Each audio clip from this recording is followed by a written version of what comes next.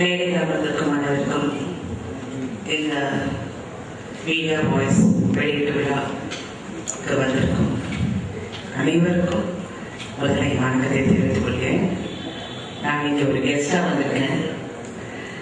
அயராத உழைப்பும் நேர்மையான பார்வை இருந்தால் வெற்றி பெற முடியும் என்ற உதாரணம் இருக்காங்க.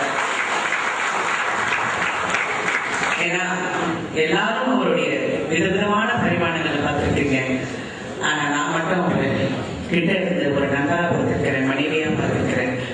அவர் கட்சியின் கொள்கை பருப்பும், அதாவது எலெக்ஷன் டைம்ல அப்பொழுது நான் அவருக்காக போய் அந்த தொகுதியில பிரச்சாரம் செய்ய போகும்போது அவரை உழைக்கிறாங்க. உண்மையிலே அவரை பற்றி அறிந்தவர்கள், நெருக்கமாக பழகியவர்களுக்கு தெரியும் அவர் எப்படிப்பட்டவர். நேர்மை, உண்மை, இதை தவிர அவர் எதுவுமே பேசுகிறார். எதுவா இருந்தாலும் அவருடைய வாழ்க்கை பாதையை பார்த்தீங்கன்னா நிறைய விஷயங்கள்ல வந்து ஐயோ ஏன் இப்படி பண்ணிட்டாரு, ஏன் இப்படி பண்ணாரு அப்படி இப்படின்னு கேட்பாங்க. இங்கே ஒரே ஒண்ணு நான் இந்த மேடையில் சொல்ல விரும்புகிறேன். எல்லாரும் நினைக்கிறாங்க அவருக்கு பெரிய அட்வைசர் வந்து நான் தான். இந்த மேடையிலே அதை நான் திருத்திக் கொள்கிறேன். நான் அவருக்கு அட்வைஸ் கொடுக்கறதே இல்லை. எல்லாரும் சொல்ல நீங்க தான் சொல்றீங்க, நான் எதுவுமே சொல்றது இல்லை. விவாதிப்பேன், சில விஷயங்கள் நான் விவாதிப்பேன். ஆனால் கடைசி அவர் முடிவெடுப்பார். அது நல்லதோ கெட்டதோ எதுவாக இருந்தாலும் அவர் பக்கத்தில் நிற்க வேண்டிய கடமை என்பது நான் எப்பொழுதும் அவர் கூட இருப்பேன். ஆனால் அதை தவறாக சில டைம் அது வந்து அந்த எடுக்கிற முடிவு வந்து தவறு, அதில் தடுக்கி விடலாம், தோல்வியை பார்க்கலாம்.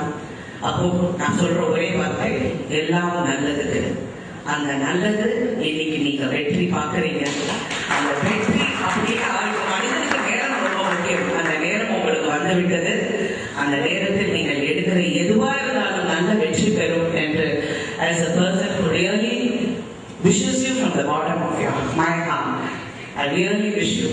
அதாவது என்ன பொறுத்த வரைக்கும் எல்லாரும் சொல்லுவாங்க நீங்க வந்து ஒரு பெரிய நடிகர். இப்ப வந்து நீங்க நடிச்ச காஞ்சனா படத்திலையும் சரி, இவ்வளவு மாசத்துல வச்சு இப்படி ஒரு ஒரு ஒரு டிரான்ஸ்ஜெண்டர், அதாவது ஒரு திருநங்கையாக நடித்து அனைவருடைய பாராட்டுகளை பெற்று அனைவரையும் கண்ணீர் வெடிக்க செய்த உங்களுக்கு அது உங்க சின்சியரிட்டி தான்.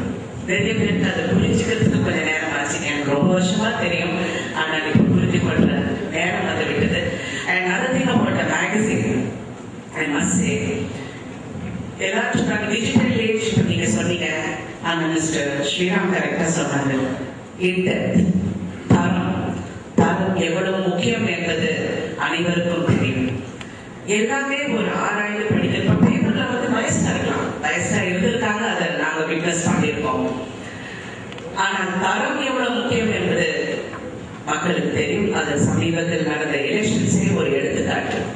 எவ்வளவு பெரிய மீடியா இருந்தாலும், எவ்வளவு பெரிய இதா இருந்தாலும், கடைசியில மக்கள் தரம் வேண்டும் எதை படித்து பார்த்தார்கள்? வார பத்திரிகைகள் வந்த உண்மைகளை பார்த்து அறிந்து கொண்டார்கள், நிறைய விஷயங்கள் அறிந்து கொண்டார்கள், மக்கள் செய்கிற பிரச்சாரத்தில் அறிந்து கொண்டார்கள், தரத்தை தேர்ந்தெடுத்தார்கள். அதே போல் உங்கள் பத்திரிகையிலும் தரம் இருக்கிறது. மீடியா வாய்ஸ் எண்டோசல்ஃபான் பத்தி நீங்க எழுதினப்ப எவ்வளவு பேர் அதை பத்தி பேசுறாங்க. சைனீஸ் ரெகுலேஷன் பத்தி நீங்க சொல்லியிருக்கீங்க. கண்டிப்பாக அது ஒரு நாள் இந்தியாவை தலைநிமிர்ந்து பார்க்கும் ஒரு பெரிய பிரச்சனையாக வரும் என்று நீங்கள் அடிக்கடி சொல்வீங்க. அது which was given so much of depth in your articles. I should congratulate everyone in Media Voice for their wonderful work. Tamil இன்னைக்கு ரிலீஸ் ஆகுது. அந்த பத்திரிகை என்னிடம் முதல் நாள் தான் நீங்க கொடுத்தீங்க. கொடுத்து இதை படிச்சு பாரு அப்படின்னீங்க. நான் படிச்சு நான் சொன்ன முதல் வார்த்தை தரமான தமிழ் படித்தேன். அப்படி பார்க்கும்போது திரு ராவ் அவர்களை பார்த்தோம். Because is senior most person இந்த இண்டஸ்ட்ரி. அவர் சொன்னாங்க அது ஒன்றாவது நம்ம பண்ண வேண்டாம். உண்மையிலே தரமான தமிழில் நல்ல ஆழமா எந்த பக்கமும் சாயாமல் அது நேர்மையாக கொடுக்கக்கூடிய அந்த நியூஸ் கண்டிப்பாக. I know you're not looking at the commercial success of it, but whatever it is, you're looking at the honesty behind your words, which I think you will succeed. எல்லாரும் சொல்லுவாங்க சரத்குமார் அவர்கள் நடிச்சிட்டாரு, அப்படி இருக்காரு, இப்படி இருக்காரு. இல்ல, நீங்க வாழ்க்கையில நீங்க சாதிச்சது 30% தான் நான் சொல்லுவேன். இன்னும் 70% இருக்கிறது. அது கண்டிப்பாக